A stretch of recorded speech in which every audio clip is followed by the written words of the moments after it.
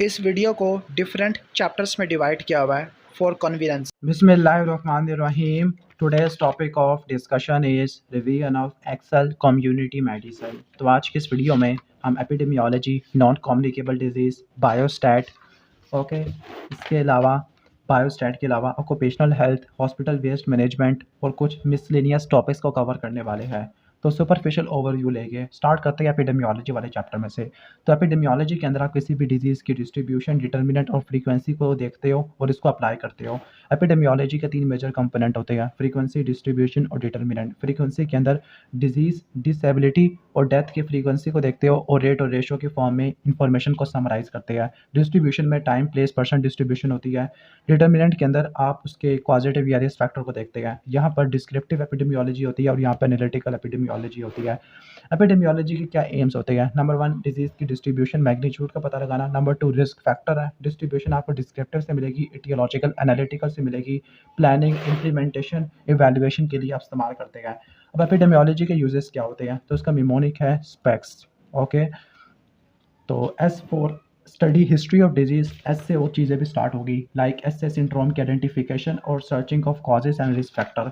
इसके बाद आता है पी, तो पी से प्लानिंग और इवैल्यूएशन है। नेक्स्ट आता है ई, तो ई से क्या होगा? ई से हम इवैल्यूएशन करेंगे, ठीक है। प्लानिंग एंड इवैल्यूएशन के बाद evaluation of individual risk and chances है, okay. C for completing the natural history of disease, और एक और सी होता है, ओके। कम्युनिटी डायग्नोसिस वाला भी सी है, और लास्ट में एस है जो कि searching for causes and the risk factor है। फिर इसके बाद इंपॉर्टेंट जो चीज़ आती है वो है टूल्स ऑफ मेजरमेंट है। रेट, रेशियो वाला जो रेट होता है, एक किसी पार्टिकुलर इवेंट की अकरेंस होती है स्पेसिफिक टाइम के अंदर, स्पेसिफिक पॉपुलेशन की। इसके अंदर 4 चीज़ें होती है, न्यूमरेटर, डिनोमिनेटर, टाइम स्पेसिफिकेशन और मल्टीप्लायर, ओके। तो जो इसकी एग्जांपल है डेथ रेट, और इसकी 3 टाइप्स होती है। क्रूड रेट होता है, स्पेसिफिक रेट होता है और एडजस्टेड स्टैंडर्डाइज रेट होता है। क्रूड रेट एक एक्चुअल ऑब्जर्व रेट है, लाइक बर्थ और डेथ रेट होता है। डिनोमिनेटर होल पॉपुलेशन होता है, जबकि स्पेसिफिक रेट में स्पेसिफिक कॉजेज, स्पेसिफिक ग्रुप या स्पेसिफिक टाइम पीरियड आ जाएगा। इसमें जो डिनोमिनेटर होता है पूरी पॉपुलेशन नहीं होती, बल्कि इसका स्पेसिफिक पार्ट होता है, like infant mortality rate, neonatal mortality rate. और एडजस्टेड के अंदर आप स्टैंडर्डाइजेशन करते हैं डायरेक्ट और इनडायरेक्ट मेथड से। इसके बाद आता है रेशो। रेशो क्या होता है? 2 रैंडम क्वांटिटी के दरमियान रिलेशनशिप होता है, ओके। एक क्वांटिटी को दूसरे से डिवाइड कर दो। अब रेशो के अंदर क्या क्या चीज़ें होती है? रेशो के अंदर जो न्यूमरेटर होता है डिनोमिनेटर का पार्ट नहीं होता, कोई मल्टीप्लाई नहीं होता, कोई टाइम स्पेसिफिकेशन नहीं होती। प्रोपोर्शन एक ऐसी रेशो है जिसमें होल पार्ट में से मैग्नीट्यूड को लेते हैं, ओके। जो न्यूमरेटर होता है वो डिनोमिनेटर का पार्ट होता है और इसकी एग्जांपल होती है प्रीवैलेंस, ओके। न्यूमरेटर क्या होता है? न्यूमरेटर किसी भी इवेंट की फ्रीक्वेंसी को बोलते हैं, कितनी मरतबा कोई इवेंट हुआ है स्पेसिफिक पॉपुलेशन के अंदर, स्पेसिफिक टाइम पीरियड के अंदर, ओके। तो जो न्यूमरेटर होता है वो डिनोमिनेटर का पार्ट होता है रेट के अंदर और प्रोपोर्शन के अंदर, लेकिन रेशो के अंदर नहीं होता। डिनोमिनेटर का क्या मतलब होता है? डिनोमिनेटर पॉपुलेशन से रिलेटेड हो सकता है या इवेंट के रिलेटेड हो सकता है। लाइक पॉपुलेशन से कैसे हो सकता है? मिड ईयर पॉपुलेशन या पॉपुलेशन एट रिस्क है, जबकि related to the total event में क्या आ सकता है, ओके। तो इसमें जैसे इन्फेंट मोर्टेलिटी रेट और केस फैटेलिटी रेट के अंदर स्पेसिफिक इवेंट्स देते हैं, लाइक एक्सीडेंट के अंदर नंबर ऑफ एक्सीडेंट पर 1000 व्हीकल्स। नेक्स्ट है मेजरमेंट ऑफ मोर्टेलिटी, तो जो इंटरनेशनल डेथ सर्टिफिकेट होता है ये मोर्टेलिटी को मेजर करता होता है। अब जो मोर्टेलिटी डाटा की क्या लिमिटेशंस होती है? नंबर 1 डेथ्स की रिपोर्टिंग इनकम्प्लीट होती है, जो एक्यूरेसी नहीं होती, यूनिफॉर्मिटी नहीं होती, सिंगल कॉज ऑफ डेथ को ढूंढना बहुत मुश्किल होता है, कोडिंग सिस्टम डिफरेंट है और लो फैटेलिटी है कुछ डिजीज़ की। क्या यूजेस होते हैं? इससे आप मोर्टेलिटी के ट्रेंड्स को एक्सप्लेन कर सकते हैं, ओके। एलोकेशन ऑफ रिसोर्सेज से रिलेटेड है। अब इसकी क्या एग्जांपल्स होती है? पहला है क्रूड डेथ रेट। तो क्रूड डेथ रेट क्या होता है? डेथ है तो डेथ में क्या होता है? नीचे मिड ईयर पॉपुलेशन आती है, ओके। वो मल्टीप्लायर 1000 होगा, ओके। जबकि मोर्टेलिटी के अंदर क्या होगा? मोर्टेलिटी के अंदर 100 होगा, इसका क्या होगा? डायरेक्ट प्रोपोर्शनल मोर्टेलिटी रेट के अंदर 100 मल्टीप्लाई होगा और नीचे टोटल नंबर ऑफ डेथ होगी, ठीक हो गया। इसी तरह crude death rate, crude birth rate ये भी होते हैं। जो डेथ रेट या बर्थ रेट है यानी उसके नीचे हमेशा क्या होगा? मिड ईयर पॉपुलेशन आती है, ओके। तो अब जो क्रूड डेथ रेट है उसमें स्पेसिफिक डेथ रेट हो सकती है, ओके। नेक्स्ट है स्पेसिफिक डेथ रेट। तो स्पेसिफिक डेथ रेट के अंदर क्रूड के अंदर टोटल डेथ आती है, स्पेसिफिक में स्पेसिफिक कॉजेज़ की वजह से, टाइम की वजह से, एज की या सेक्स स्पेसिफिकेशन आ जाती है। इसके बाद है case fatality rate. Case fatality rate किसी भी डिजीज़ की किलिंग पावर को रिप्रेजेंट करता है। तो ये simple deaths to the disease की रेशियो होती है, ओके।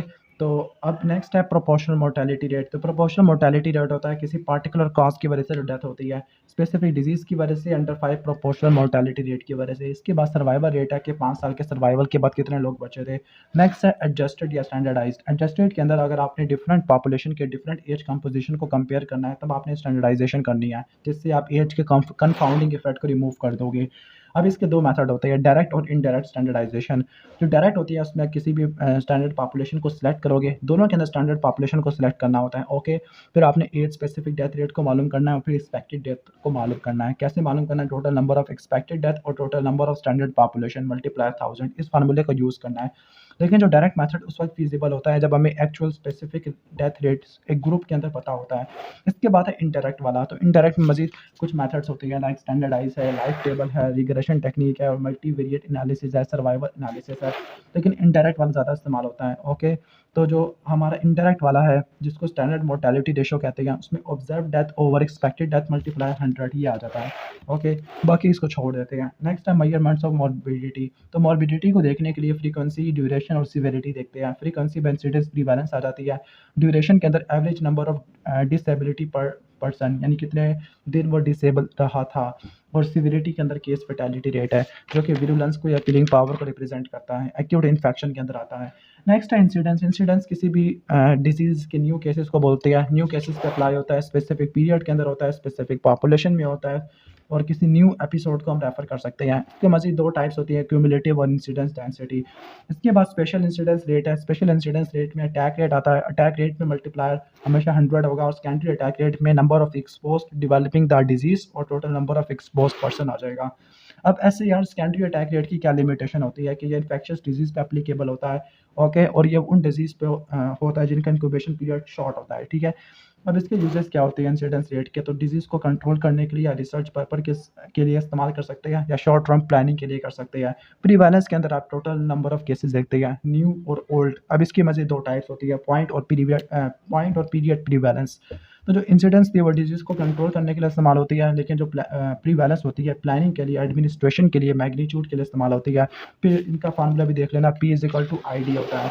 Next epidemiological method. तो एपिडेमियोलॉजी के दो टाइप के मेथड होते हैं, ऑब्जर्वेटिव और एक्सपेरिमेंटल। ऑब्जर्वेटिव के अंदर जो नेचर होती है अपने कोर्स को खुद इख्तियार करती है, इन्वेस्टिगेटर इंटरवीन नहीं करता, सिर्फ मेजर करता है।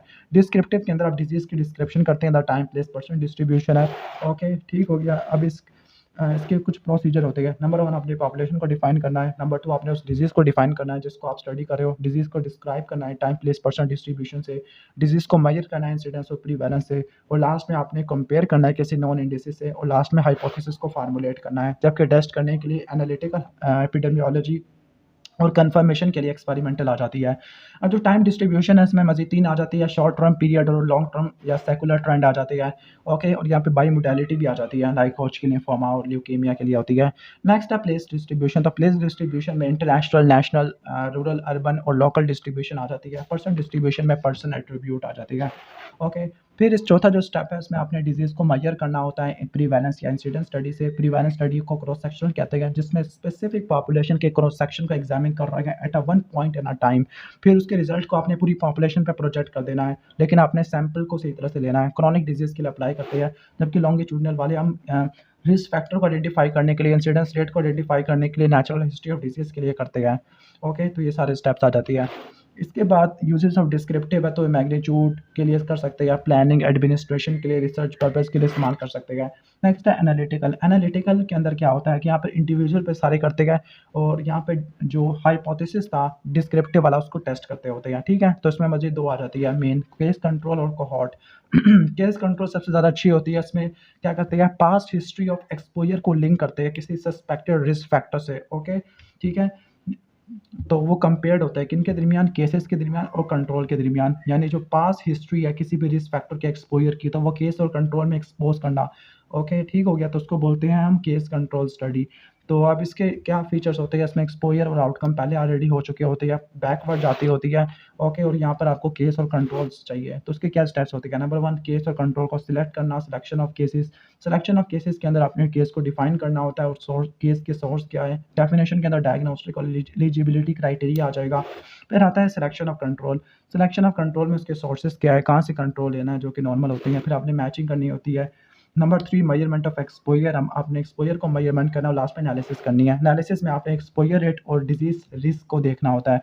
अब एक्सपोजर रेट के लिए आप 2/2 टेबल को ड्रा करेंगे और यहाँ पर जो एक्सपोजर रेट होता है वो किससे मालूम करोगे आप? पहले आप इंसिडेंस अमंग एक्सपोज और इंसिडेंस अमंग नॉन एक्सपोज ये आप मालूम कर लोगे, यानी केसेस और कंट्रोल में आप देख लोगे तो ये एक्सपोजर रेट आ जाएगा। इसके बाद एस्टिमेशन ऑफ डिजीज रिस्क है, तो एस्टिमेशन ऑफ डिजीज रिस्क के अंदर आप क्या यूज़ करते हैं? ऑड रेशो यूज़ करते हैं। ओके, ठीक हो गया। ये स्ट्रेंथ ऑफ एसोसिएशन को मॉनिटर करती होती है। अब एडवांटेजेस क्या होती है? ओके, कम पेशेंट्स पे करनी होती है, दैट इज़ वाई आसान होती है, चीप होती है, रैपिड होती है, कम सब्जेक्ट चाहिए होती है, रिस्क फैक्टर को आइडेंटिफाई कर सकती है, सब्जेक्ट को कोई रिस्क नहीं होता, डिफरेंट एटियोलॉजिकल फैक्टर को देख लेते हैं, रेयर डिजीज़ के लिए कर सकते हैं, एथिकल प्रॉब्लम नहीं होती।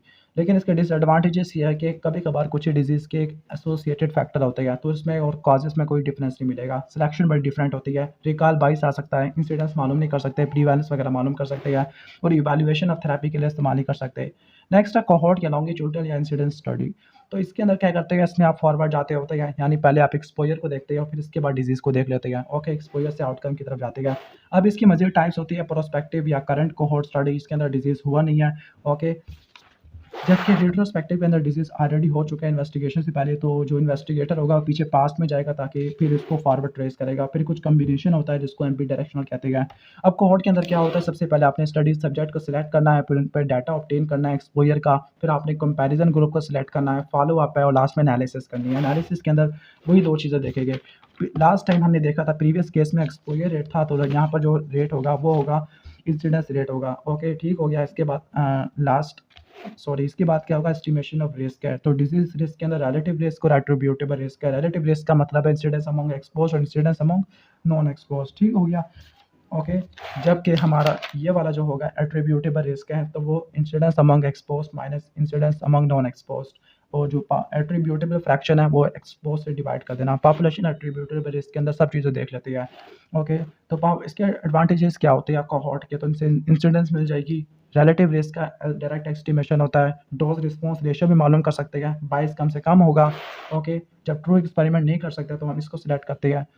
ओके, इससे आप एब्सोल्यूट रिस्क को इस्टेब्लिश कर सकते हैं और इससे आप प्रोटेक्टिव फैक्टर का भी पता लगा सकते हैं। लेकिन डिसएडवांटेजेस ये है कि बहुत सारे पेशेंट चाहिए तो बहुत सारा टाइम लगेगा, बहुत सारा पैसा लगेगा, बहुत सारा स्टाफ लगेगा, एथिकल प्रॉब्लम होती है, फॉलो अप डिफिकल्ट होता है, इम्प्रैक्टिकल होती है रियर डिजीज़ के लिए। नेक्स्ट एक्सपेरिमेंटल या इंटरवेंशनल। तो एक्सपेरिमेंटल या इंटरवेंशनल के अंदर जो रिसर्चर होता है वो इंडिपेंडेंट वेरिएबल को कंट्रोल करना शुरू कर देता है, पॉजिटिव या आउटकम्स को, ठीक हो गया, उनको मॉनिटर करता होता है। इंटरवेंशन बोलते हैं उसको, क्योंकि इसमें इंटरवेंशन करता होता है। इसकी मज़ीद 2 टाइप्स होती है, रैंडमाइज्ड और नॉन रैंडमाइज्ड है।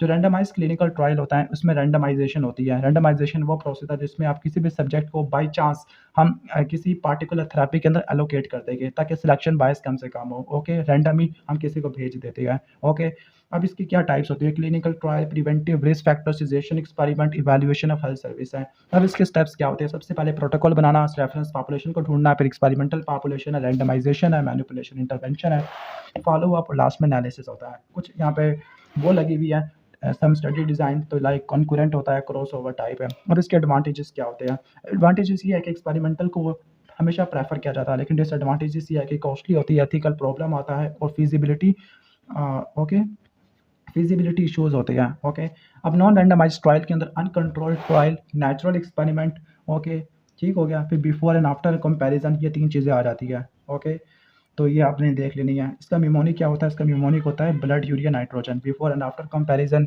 Uncontrolled trial, natural experiment. अब इनका डिफरेंस लिखा हुआ है, इसको पढ़ लेना।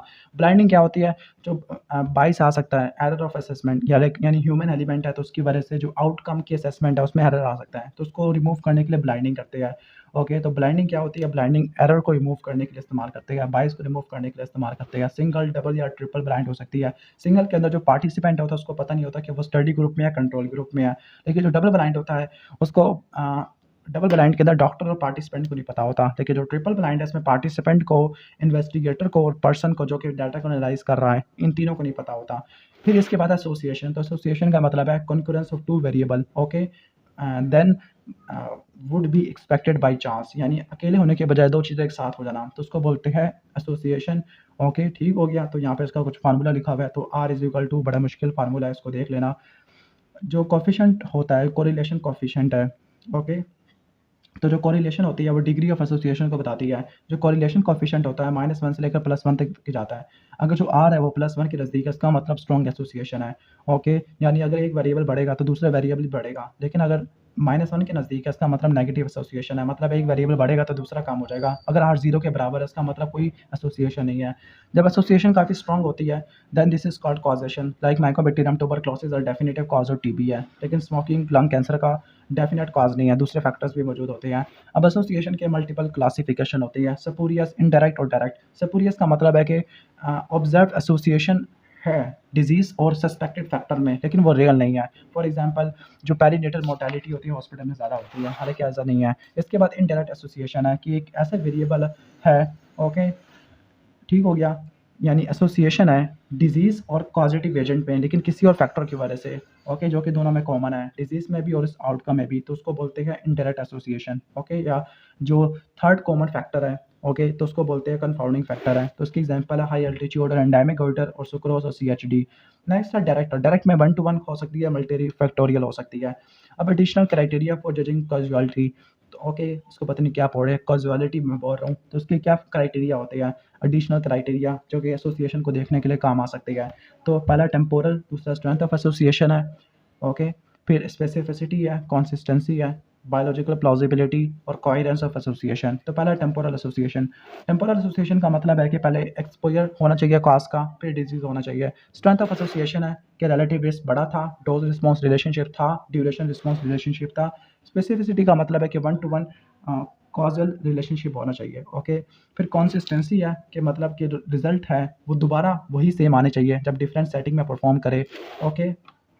फिर इसके बाद बायोलॉजिकल क्रेडिबिलिटी होनी चाहिए यहाँ पर, और लास्ट में कोहेरेंस आना चाहिए, फाइनल क्राइटेरिया, ताकि आप सिग्निफिकेंस ऑफ एसोसिएशन बता सके, किसी भी डिजीज़ की फैक्चुअल इन्फॉर्मेशन बता सके। लाइक यहाँ पे लिखा है कि टोबाको है, tobacco in the form of cigarette, तो tobacco in the form of cigarette लेने की वजह से लंग कैंसर बढ़ रहा है। तो this is coherence of association के आप फैक्चुअल इन्फॉर्मेशन से उसको प्रूव कर सके। फिर इसके बाद वेब ऑफ कॉजेशन है, तो वेब ऑफ कॉजेशन का मतलब है कि पूरी चेन ऑफ कॉजेशन होती है। अब टाइप्स ऑफ रिस्क फैक्टर है, कुछ ट्रूली पॉजिटिव होते हैं, कुछ प्रिडिक्टिव होते हैं। लाइक लंग कैंसर के लिए स्मोकिंग है, ओके, कुछ कंट्रीब्यूटरी फैक्टर होते हैं लाइक लैक ऑफ एक्सरसाइज, कुछ प्रिडिक्टिव फैक्टर होते हैं लाइक इलिटरेसी फॉर इन्फेंट है।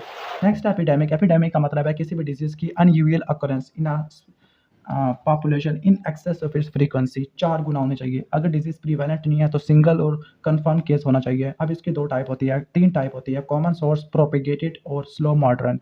कॉमन सोर्स में सिंगल सोर्स होगा, प्रोपेगेटेड में ये % ट्रांसमिशन होती है वबा की, जबकि स्लो और मॉडर्न एपिडेमिक के अंदर एपिडेमिक लॉन्ग पीरियड में होती है, like hypertension, coronary heart disease, obesity है।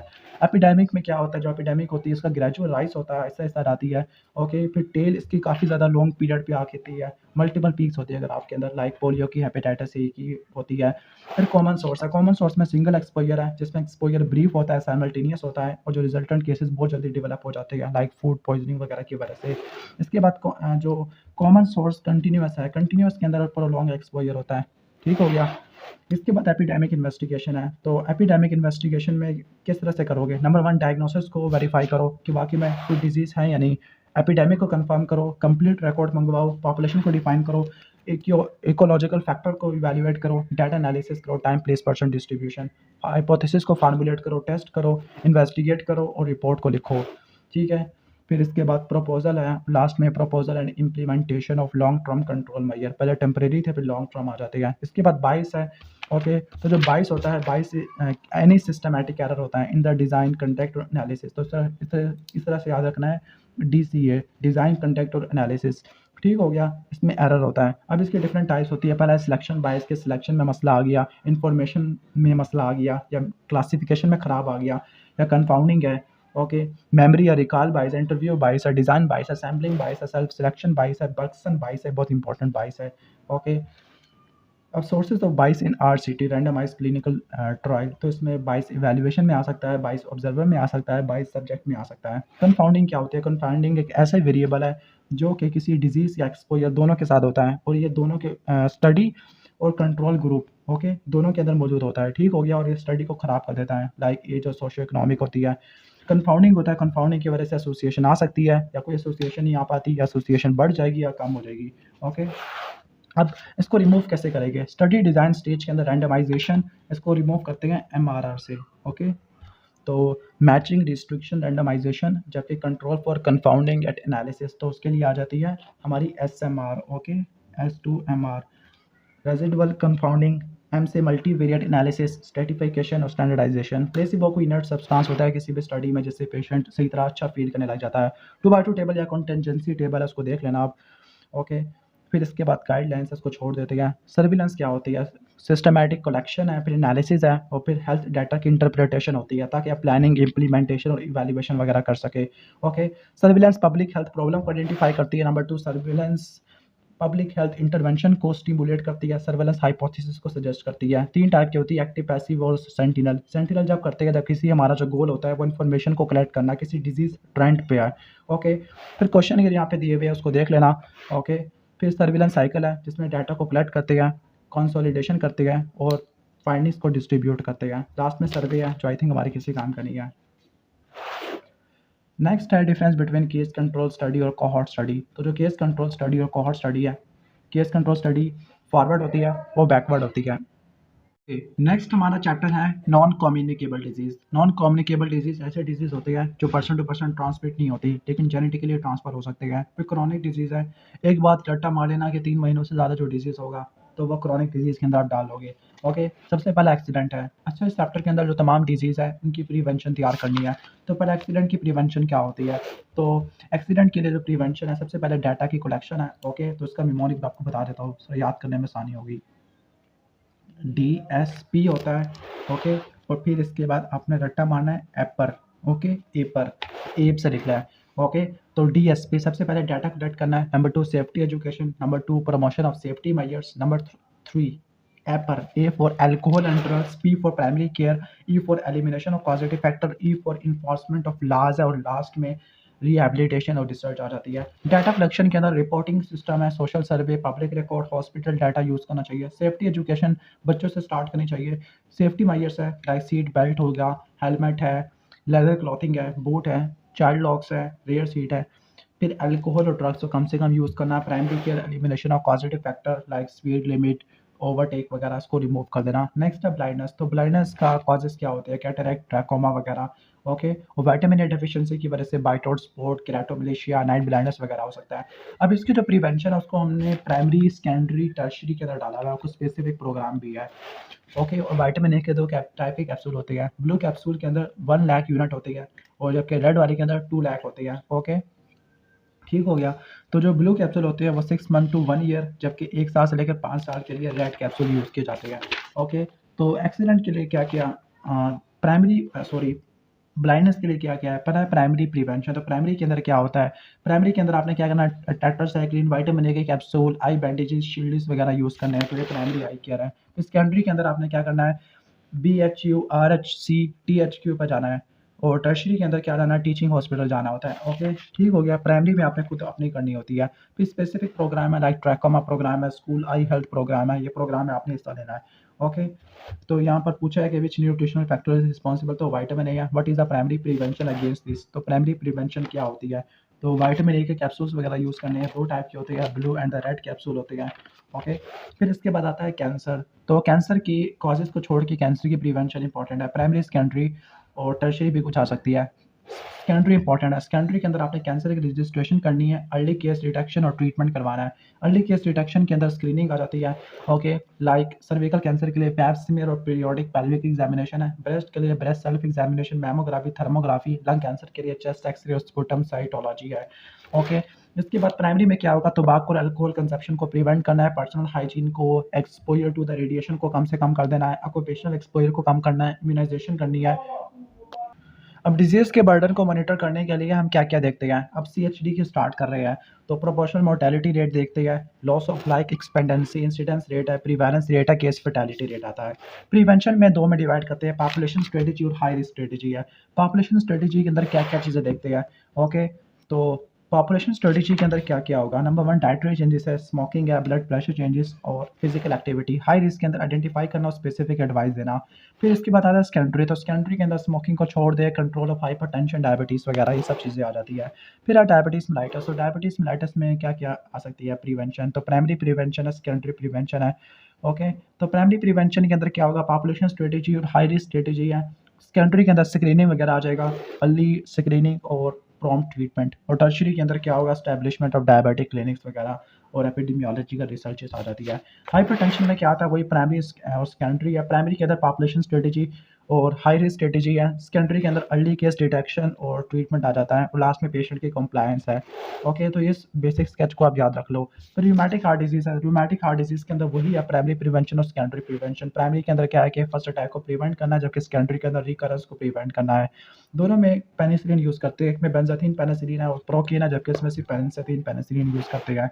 नेक्स्ट है स्नेक बाइट, तो स्नेक बाइट वाले टॉपिक में क्या याद रखना है? कोबरा की वजह से क्या होता है? कोबरा की वजह से लोकली पेन होगा, स्वेलिंग होती है। ओके, ठीक हो गया। और सिस्टेमिक सिम्पटम क्या आते हैं? सिस्टेमिक सिम्पटम में ptosis, glossopharyngeal neuralgia, dryness of throat, sweating, rapid pulse, hypertension, death हो सकती है। वाइपर की वजह से क्या हो सकता है? स्वेलिंग हो सकती है with in few minutes. Okay, severe pain होता है, ब्लिस्टर्स होते हैं, जबकि सिस्टेमिकली ब्लीडिंग होती है हर जगह से। सी स्नेक के केस में क्या होता है? मसल पेन होता है, स्टिफनेस वगैरह होती है मसल्स के अंदर। ओके, फिर मैनेजमेंट ऑफ बाइट है, तुम्हें हिस्ट्री, एग्जामिनेशन, डायग्नोसिस आ जाता है। ट्रीटमेंट के अंदर इमोबिलाइजेशन होती है। ओके, ठीक है। फिर आपने क्या करना होता है? विक्टिम को मेडिकल सेंटर की तरफ शिफ्ट करना है, रीअश्योरेंस होती है और लास्ट में पॉलीवैलेंट एंटीविरल यूज़ करना है 20 to 50 ml, डाइल्यूट करना है 5 टाइम्स नॉर्मल सेलाइन। प्रिवेंशन है, तो प्रिवेंशन में आपने लीव द स्नेक अलोन है, be alert during climbing rocks, high knee boots पहनने हैं आपने, टॉर्चेस यूज़ करनी है, रेजिडेंशियल एरिया को साफ सुथरा रखना है। ओके, टाल ग्रासेस से दूर भागना है, हेल्थ एजुकेशन है और लास्ट में एंटीविरल को अपने हर जगह सप्लाई कर देना है। फिर आगे आता है स्ट्रोक, तो स्ट्रोक के लिए प्राइमरी, सेकेंडरी, टर्शियरी प्रिवेंशन है। प्राइमरी में रिस्क फैक्टर को एलिमिनेट कर दो। सेकेंडरी प्रिवेंशन में क्या है? सेकेंडरी के अंदर अर्ली डायग्नोसिस, प्रॉम्प्ट ट्रीटमेंट आ जाएगा और लास्ट में टर्शियरी प्रिवेंशन के अंदर रिहैबिलिटेशन आ जाती है। ओके, हमारा हॉस्पिटल वेस्ट मैनेजमेंट, तो हॉस्पिटल वेस्ट मैनेजमेंट को बायोमेडिकल वेस्ट भी कहते हैं। हॉस्पिटल वेस्ट को तो जो 0.5 से लेकर 2 kg प्रोड्यूस होता है, नॉन रिस्क वेस्ट। अब रिस्क वेस्ट दो टाइप का होता है, रिस्क और नॉन रिस्क। जो रिस्क वेस्ट होता है ऐसा वेस्ट है जिसको डिस्पोज ना करे तो इंजरी हो जाएगी। अब इसकी भी मजीद कैटेगरी होती है। इन्फेक्शियस वेस्ट में इन्फेक्शन मटीरियल आ जाएगा। पैथोलॉजिकल वेस्ट में टिश्यू, ऑर्गन, फीटसेस वगैरह। शार्प्स में आपके syringes, scalpel, needle, infusion set, सार, knifes, blades, broken glasses. Pharmaceutical waste में ड्रग्स आ जाती है, केमिकल में डिसइंफेक्टेंट आ जाती है। हैवी मेटल में जैसे मर्करी वगैरह आ जाती है। जीनोटॉक्सिक के अंदर साइटोटॉक्सिक ड्रग्स होती है। ओके, रेडियो एक्टिव वेस्ट में गैशियस वेस्ट आ सकती है, रेडियो एक्टिव आइसोटॉप्स। फिर आता है नॉन रिस्क वेस्ट, इसमें paper, cardboard, packaging, food waste और एरोसोल आ सकता है। अब के हैजर्ड्स क्या होते हैं? लाइक इन्फेक्शियस वेस्ट हमारा बॉडी में क्या क्या करवा सकता है? HIV, hepatitis B, hepatitis C. Chemical और फार्मास्यूटिकल वेस्ट, तो केमिकल और फार्मास्यूटिकल वेस्ट टॉक्सिक होती है, जीन्स को नुकसान पहुंचा सकती है, करॉसिव होती है, एक्सप्लोसिव होती है, शॉक सेंसिटिव होती है। हैजर्ड्स फ्रॉम जीनोटॉक्सिक, तो जीनोटॉक्सिक डिपेंड करता है कितनी टॉक्सिसिटी है। हैजर्ड्स फ्रॉम रेडियो एक्टिव है, तो उसकी वजह से क्या हो सकती है? जेनेटिक मटीरियल को डिस्टर्ब कर सकता है, कैंसर वगैरह हो सकता है। लास्ट में पब्लिक सेंसिटिविटी है। अब steps in the waste management, तो सबसे पहले आपने वेस्ट को सेग्रीगेट करना है। शार्प्स को आपने येलो में रखना है, नॉन रिस्क को आपने ब्लैक में रखना है। ओके, तो उसको याद किस तरह से करना है? BNRR से नोट करना है। ओके, रिस्क वेस्ट को आपने येलो से करना है, जबकि शार्प्स वाला yellow with danger contaminated sign. फिर वेस्ट की कलेक्शन, फिर वेस्ट के ट्रांसपोर्टेशन, वेस्ट की स्टोरेज या फिर वेस्ट की डिस्पोजल है, तो वेस्ट की डिस्पोजल में इंसिनरेशन आ जाएगा। इसके बाद आ जाता है हमारा इंसिनरेशन के बाद केमिकल डिसइंफेक्शन है, wet thermal treatment, dry thermal treatment, microwave radiation, land disposal, inertization आ जाती है। नेक्स्ट ऑक्यूपेशनल हेल्थ, तो ऑक्यूपेशनल हेल्थ के अंदर इसकी डिफरेंट कैटेगरी है, टाइम ड्यूरेशन वगैरह लिखा हुआ है, तो उसको देख लेना आप। आगे ऑक्यूपेशनल हेल्थ की डेफिनेशन है, तो पब्लिक हेल्थ की वो ब्रांच है जिसके अंदर आप वर्क और वर्किंग एनवायरनमेंट के इफेक्ट को हेल्थ के ऊपर और हेल्थ का वर्किंग एनवायरनमेंट के ऊपर इफेक्ट को पड़ते हैं। तो उसके क्या मेन ऑब्जेक्टिव होते हैं? Number 1 promotion and the maintenance of physical, mental, social wellbeing of worker. Number 2 prevention of disease. Number 3 protection of worker. Number 4 placing and maintenance है और लास्ट में proper adaptation to the work. Okay, तो ये इसके AIIMS objective आ जाइए। इसके functions क्या होती है? लोगों को सूटेबल प्लेस में रखना, वर्क में रखना, सूटेबल मेंटेन करना, ट्रीटमेंट प्रोवाइड करना, पोटेंशियल रिस्क को प्रिवेंट करना। फिर इसके बाद ergonomics है, fitting the job to the worker. Okay, अब सिकनेस एब्सेंटीज़म है, इसके क्या कॉजेज होते हैं? इकोनॉमिक, सोशल, मेडिकल और नॉन ऑक्यूपेशनल कॉजेज होते हैं। अब सबसे इंपॉर्टेंट चीज़ है वो नीमोकॉनियोसिस होता है। नीमोकॉनियोसिस क्या होती है? निमोकोनियोसिस एक इरिवर्सिबल डिजीज़ होता है, ग्रुप ऑफ डिजीज़ होती है जो कि chemical dust, organic, inorganic inhalation की वजह से होती है, इनसॉल्युबल होती हैं। अब इसको मज़ीद 2 में डिवाइड करते हैं, ओके। इनऑर्गेनिक और ऑर्गेनिक होती है। तो जो हमारी इनऑर्गेनिक है उसमें क्या है, सिलिका से सिलिकोसिस होगा, कोल डस्ट की वजह से एंथ्राकोसिस होगा, एस्बेस्टोस की वजह से एस्बेस्टोसिस होगा। जबकि ऑर्गेनिक में केन फाइबर की वजह से बेकासोसिस, कॉटन की वजह से बिसिनोसिस, टोबैको की वजह से टोबैकोसिस, हे या ग्रीन डस्ट की वजह से फार्मर लंग हो सकता है। सिलिकोसिस क्या हो सकती है, सिलिका की वजह से हो सकती है। किन ऑक्यूपेशन के अंदर माइनिंग है, क्वार्विंग है, ड्रेसिंग ऑफ सैंडस्टोन, ग्रेनाइट है, पोट्री है, सेरामिक इंडस्ट्री है, ग्लास इंडस्ट्री है, ओके। सिलिका ब्लॉक्स की मैन्युफैक्चर है, एब्रेसिव सॉप्स वगैरह ये सब चीज़ें आ जाती है। अब सिलिकोसिस की वजह से स्नोस्टॉर्म अपीयरेंस होती है, जबकि एंथ्राकोसिस की वजह से 2 चीज़ें होती है, सिंपल कोल वर्क निमोकोनियोसिस और प्रोग्रेसिव मैसिव फाइब्रोसिस है। जबकि एस्बेस्टोसिस की वजह से, एस्बेस्टोसिस सीमेंट इंडस्ट्री में होता है, ब्रिक लाइनिंग में होता है, रूफ टाइल्स में होता है, माइनिंग ऑफ मिनरल है, ओके, मैन्युफैक्चरिंग प्रोसेस के अंदर होता है। इसकी वजह से 4 चीज़ें होती हैं। नंबर 1 बिनाइन प्लूरल प्लाक होते हैं, फिर इसी की फ्यूजन होती है, फिर प्रोग्रेसिव पल्मोनरी फाइब्रोसिस है, ओके, और लास्ट में आपके आ जाता है मैलिग्नेंट डिजीज़ है, ओके। फिर इसके बाद बिसिनोसिस है, बिसिनोसिस कॉटन की वजह से होती है, बेकासोसिस शुगर केन की वजह से होती है, थर्मोफिलोएक्टिनोमाइसीट्स की वजह से होती है, ओके, ठीक हो गया। फिर फार्मर लाएंगे जो कि ग्रेन डस्ट या मोल्डी हे की वजह से, इनहेलेशन की वजह से होता है। फिर निमोकोनियोसिस की प्रिवेंशन है, इसमें मेडिकल, इंजीनियरिंग और लेजिस्लेटिव है। मेडिकल में ANPRH आ जाता है, इंजीनियरिंग में डाइव्स और लेजिस्लेटिव में न्यू कानून बनाना। फिर लेड पॉइजनिंग है, उसको देख लेना आप। अच्छा, फिर हैजर्ड्स है, तो हैजर्ड्स को 4 में डिवाइड करते हैं, फिजिकल, केमिकल, बायोलॉजिकल और साइकोलॉजिकल है। साइकोलॉजिकल में मेंटल डिसफंक्शन हो सकता है। फिजिकल में heat, cold, light, pressure, noise, radiation, mechanical, electricity, chemical में एसिड एल्कलीज, डस्ट वगैरह, इनके डिजीज़ को रट्टा मार लेना, ओके। तो हमने इतना कवर कर लिया है। इसके बाद हम देख लेते हैं बायोस्टैट वाला portion, okay. I think biostat वाला लास्ट पोर्शन होगा। अच्छा, बहुत सारे स्टूडेंट कंफ्यूज कर जाते हैं कि क्वालिटेटिव डाटा का दूसरा नाम क्या है, उनकी रिप्रेजेंटेशन कैसे होती है। अच्छा, जो क्वालिटेटिव है इसको याद किस तरह से करना है, MCQ से। तो CQ क्वालिटेटिव, कैटेगोरिकल को क्वालिटेटिव भी कहते हैं। और इसके अंदर मजीद कौन कौन सी होती है, नो, यानी MCQ नहीं आते आपको, या नो MCQs। तो नॉमिनल और ऑर्डिनल है। जबकि न्यूमेरिकल वाला, ओके, तो इसको याद रखना है Q&A से, यूट्यूबर्स का Q&A होता है और वो DC करवाता है। तो डिस्क्रीट और कंटिन्यूस इस तरह से रट्टा मार सकते हो, ओके। और इनकी जो प्रेजेंटेशन होती है, इनकी प्रेजेंटेशन किस तरह से होती है, इसकी प्रेजेंटेशन होती है BMP, okay. B for bar diagram, M for map diagram, P for picto या पाई डायग्राम, ओके। तो इस तरह से रट्टा मार सकते हो क्वालिटेटिव के लिए। जबकि क्वांटिटेटिव के लिए क्या होती है, ओके, तो इसके लिए जो निमोनिक होता है वो होता है FLS, ओके, FLS। या आप इसको इस तरह से भी रट्टा मार सकते हो, मुझे वैसे याद नहीं आ रहा, मैंने इसको बनाया हुआ था। चलो, इस तरह से रट्टा मार सकते हो, या FSH और LH, इस तरह से रट्टा मार सकते हो। F फॉर फ्रीक्वेंसी पॉलीगॉन है, F for frequency polygon curve होता है, H for histogram, L for line diagram और स्कैटर डायग्राम, ये सब चीज़ें आ जाती है। और ये क्वांटिटेटिव के लिए होती है, ओके। इसके अलावा कुछ और इंपॉर्टेंट फार्मूले हैं, लाइक लाइफ टेबल होता है, लाइफ एक्सपेक्टेंसी के लिए स्टूडेंट T टेस्ट होता है, X minus mu over standard error है, Z टेस्ट होता है, X minus mu over standard deviation है, ओके। इसके बाद नॉर्मल डिस्ट्रीब्यूशन कर्व है, इसको भी देख लेना, स्टैंडर्ड एरर है, स्टैंडर्ड डेविएशन ओवर √n है। और एक जो स्टैंडर्ड एरर होता है वो 68% को कवर करता है, 1.96 कवर करता है 95 को, जबकि 2.58 ये कवर करता है 99 को। इसको रट्टा मार लेना, ओके। जबकि 1 स्टैंडर्ड डेविएशन कवर करती है कितनी एरिया को, सैंपल वैल्यू को, तो ये 68.3 है। जबकि 2 वाली 95.4 है। और 3 वाली कितने को करती है, 3 वाली करती है 99.7 को। तो ये स्टैंडर्ड डेविएशन है और वो स्टैंडर्ड एरर है, ओके। तो इसको देख लेना। अगर आपको वीडियो अच्छी लगी है तो वीडियो को लाइक कर देना, चैनल पर नए हो तो सब्सक्राइब कर देना।